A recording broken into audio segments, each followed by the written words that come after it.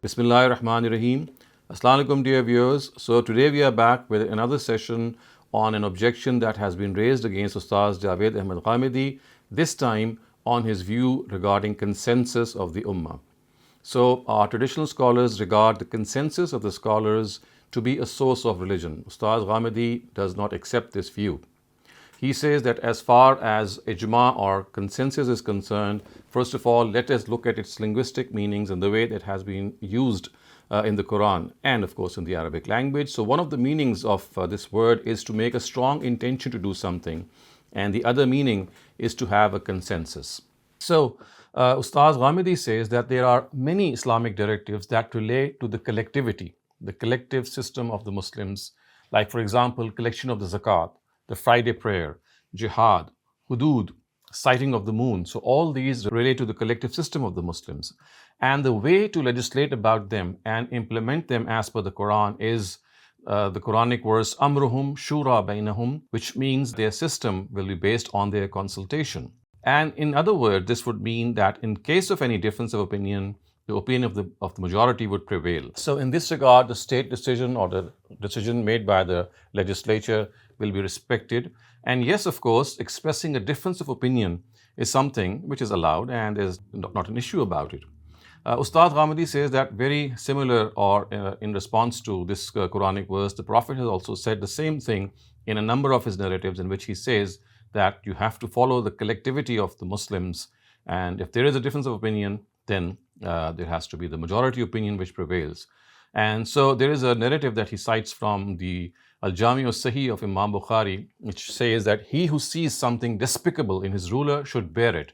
For he who even slightly dissociates himself from the state authority and dies in this condition shall die the death of Jahiliyyah, which means that in no way can someone dissociate himself from state authority. In the Arabic language, the word al-jama' has been used for this purpose, the collective system, and in some other narratives it has been replaced by the word as-sultan. Both exactly mean the same.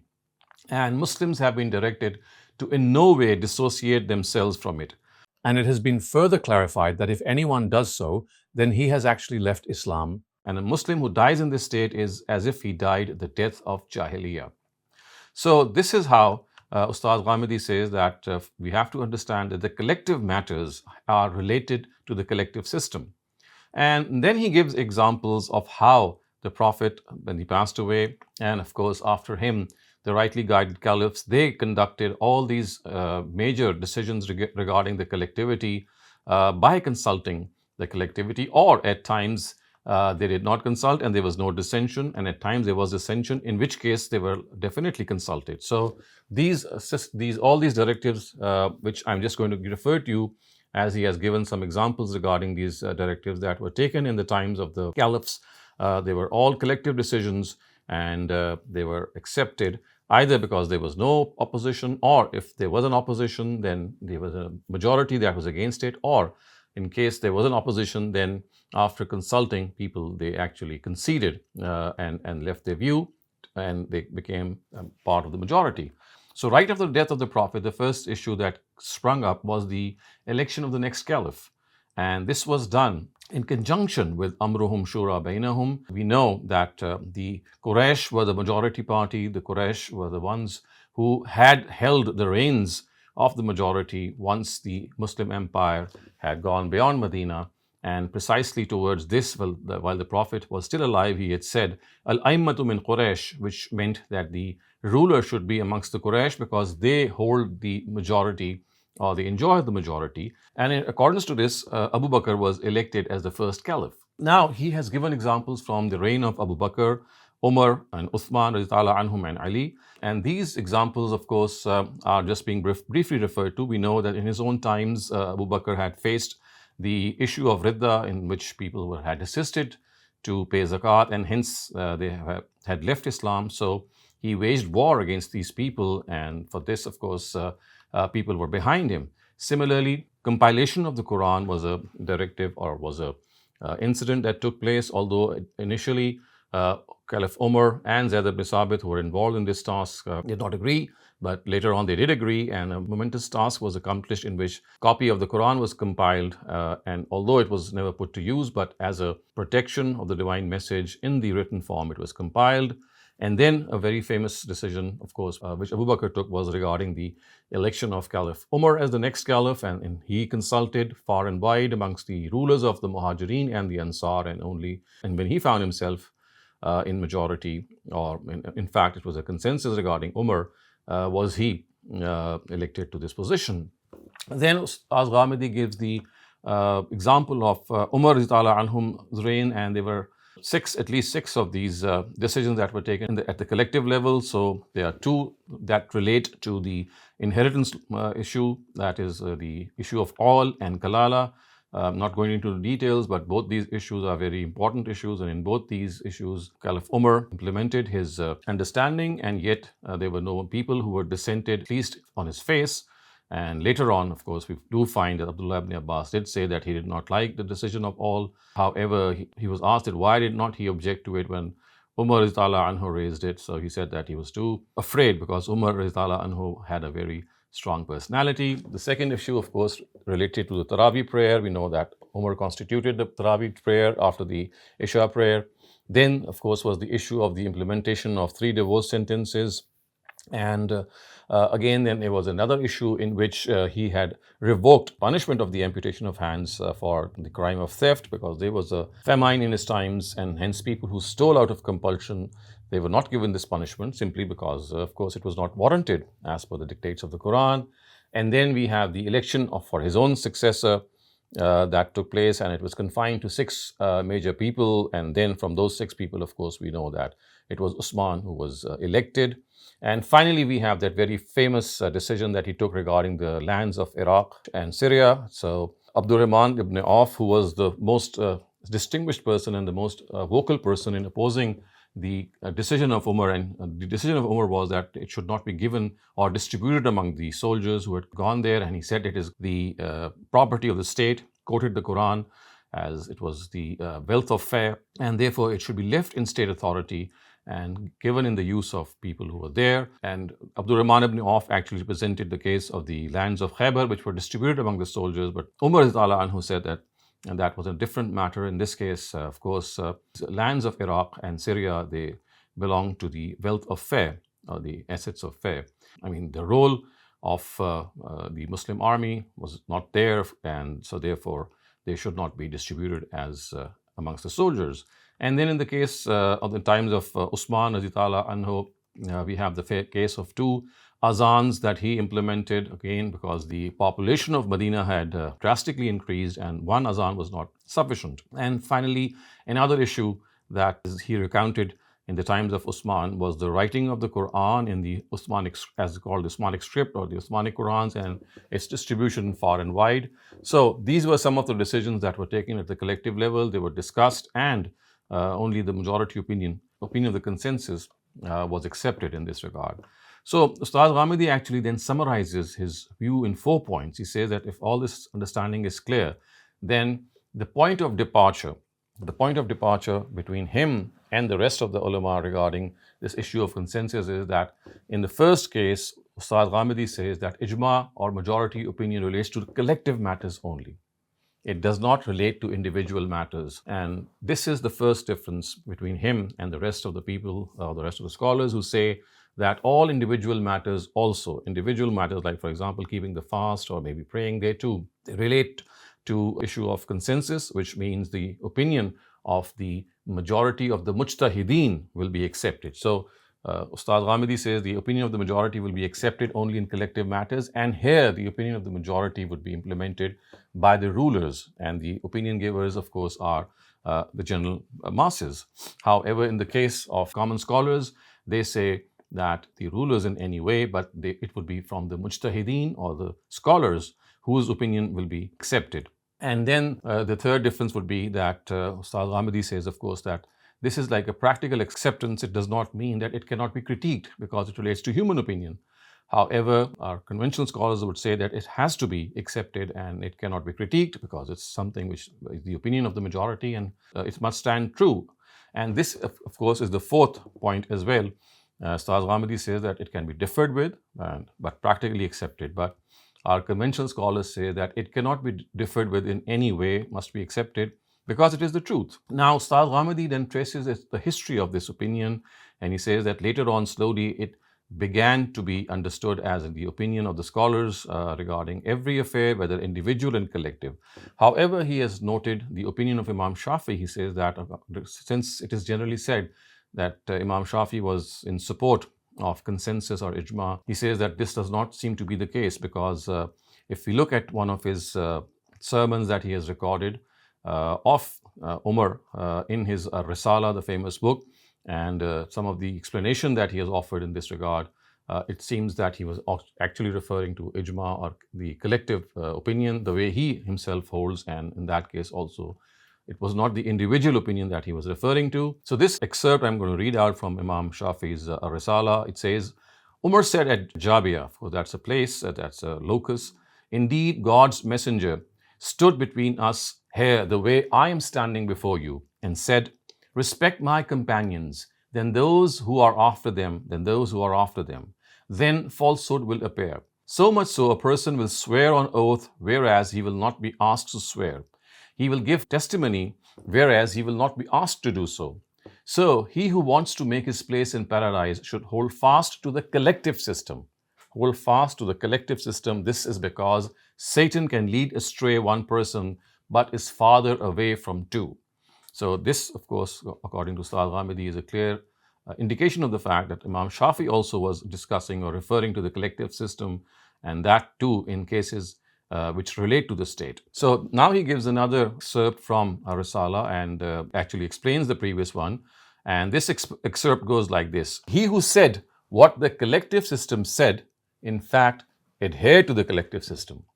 He who opposed what the collective system said, opposed the collective system about which he was directed to stay with. This is because if there is some error, it can be with the individuals. As for the collective system, it is not possible that all of them remain unaware of any meaning of the Book of God and Sunnah and Qiyas.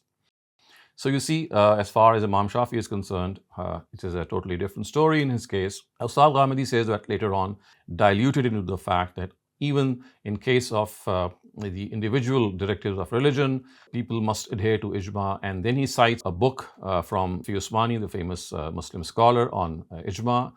So it's called The Status of Ijma in Jurisprudence.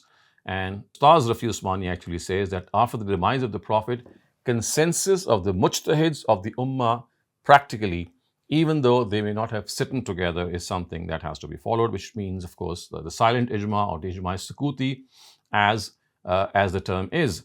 So that is how it has been said that after the Prophet, the consensus of opinion, even if they have not sitten together, but of course there is no difference reported, then that will be accepted. So this, of course, is like a summary of his view.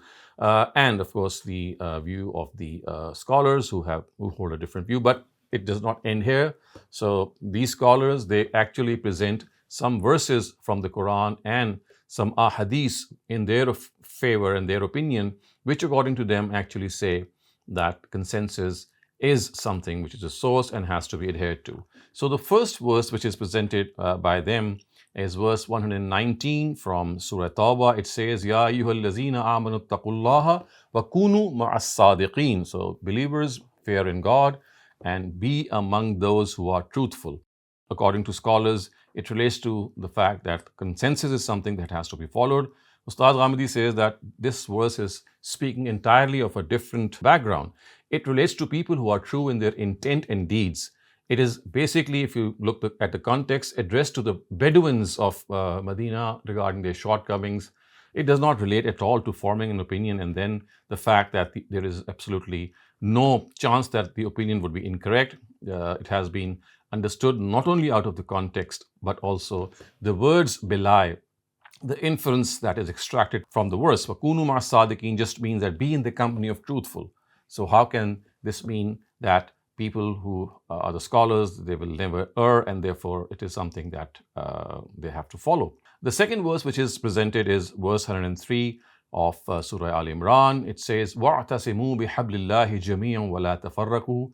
Again, Ustaz Ghamidi says that the word Hablullah itself is sufficient to negate the fact. So the actual translation is that hold fast to the rope of God, all of you, and do not differ amongst yourselves. So again, it does not relate to ijma in any way. The word Hablullah is referring to the Quran. And the verse is just telling us that if we are going to stay close to the Quran and its teachings, then these divisions will not take place. Again, there's no question of any ijma or consensus that can be even inferred from this verse. The third verse which is presented is verse 110 of Surah Al-Imran. Once again, it says, كُنْتُمْ خَيْرَ أُمَّةٍ أُخْرِجَتْ لِلنَّاسِ تَأْمُرُونَ بِالْمَعْرُوفِ وَتَنْهَوْنَ عَنِ الْمُنْكَرِ وَتُؤْمِنُونَ بِاللَّهِ. And it is generally translated as, yet you are the best ummah that has been taken out for people. You enjoin what is good and you forbid what is evil and you believe in God. Again, Ustaz Ghamidi says that the word ummah does not refer to all the ummah. If you look at the context, it refers to the Sahaba or the companions, and it does not mean all of them when they are united, they cannot make an error.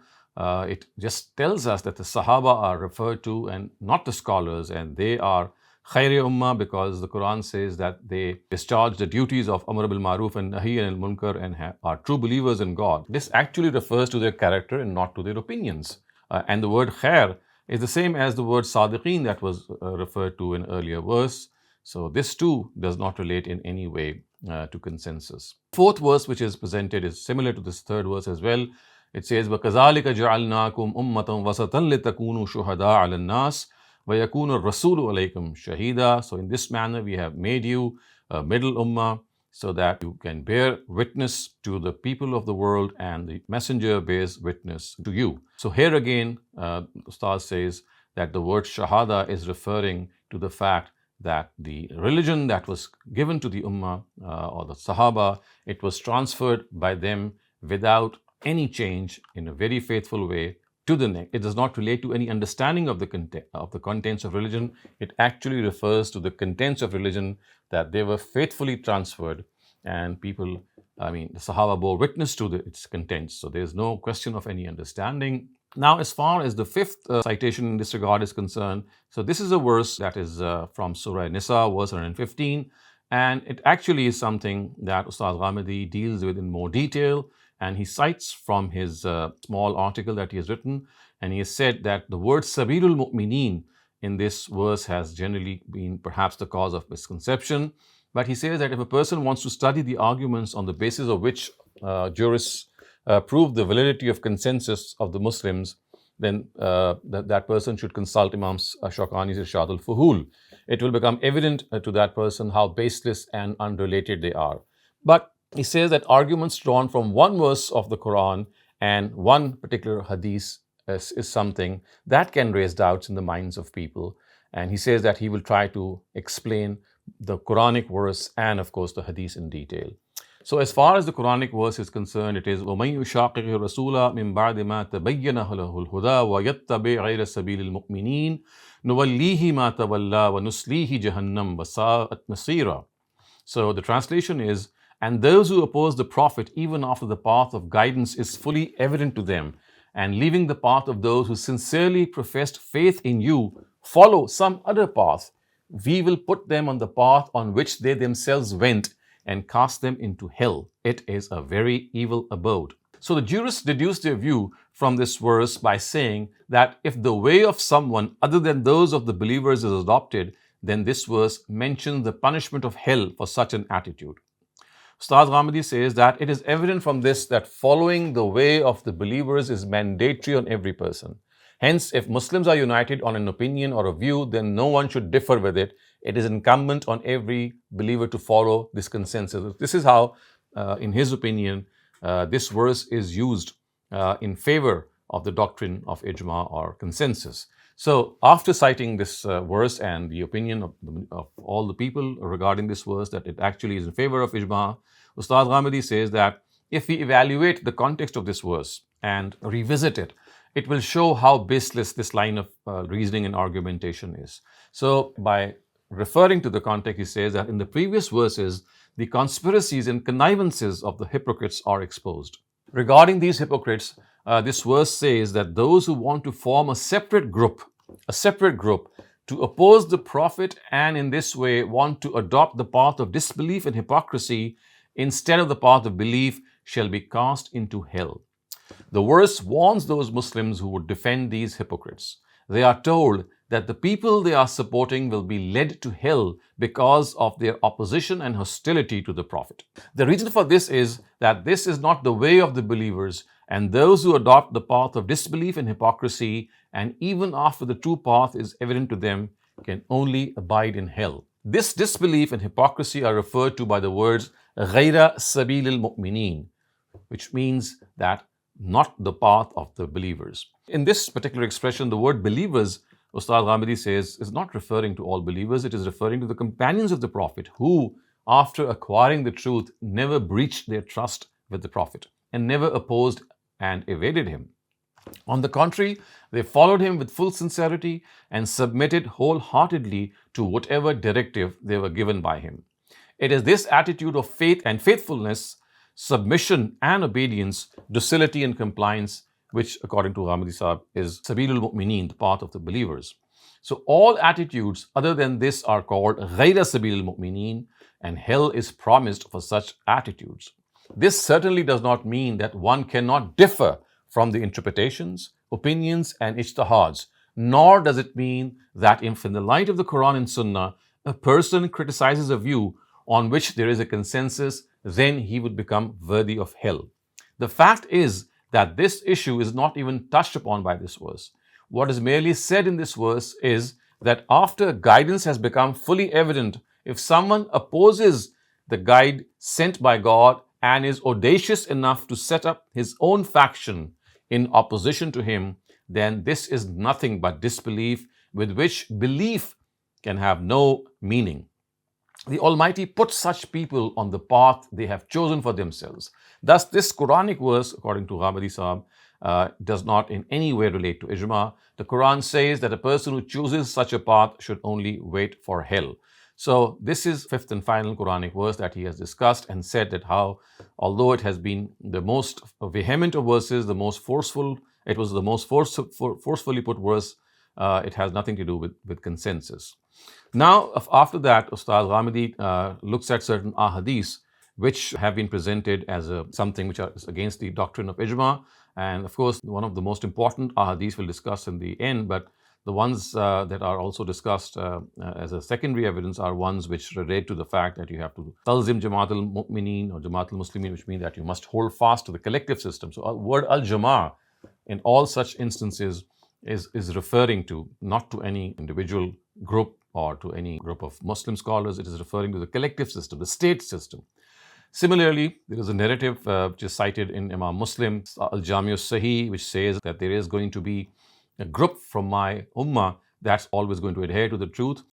Again, this means that it only is someone that will always be representatives of the truth. They will transfer religion the way it is. It's not referring to any understanding of any Islamic directive. The second hadith that is presented generally is also something that has been presented in Imam Bukhari's Al-Jami' Sahih, which has been translated as that the matter of this ummah will always remain straight until the hour comes. This again is referring to the fact that they have to hold on to the Quran and Sunnah, and no evil will come to it if these basics are stuck to. It does not refer in any way to any other thing except a collective system. There is another very famous narrative which says that if you see a difference of opinion, that you must follow the majority. Again, although this narrative itself is not very sound, but since it has been made a grounds for the fact that you must stick to the majority. Again, if you look at the word Sawad-e-Azam, it does not refer to the opinion of the scholars. It actually refers to the collective system, as has been the case in the previous narratives as well. Now we come to the fourth and final and the most important narrative. Prophet is reported to have said, "Indeed, God will never unite my ummah or the ummah of Muhammad on some error."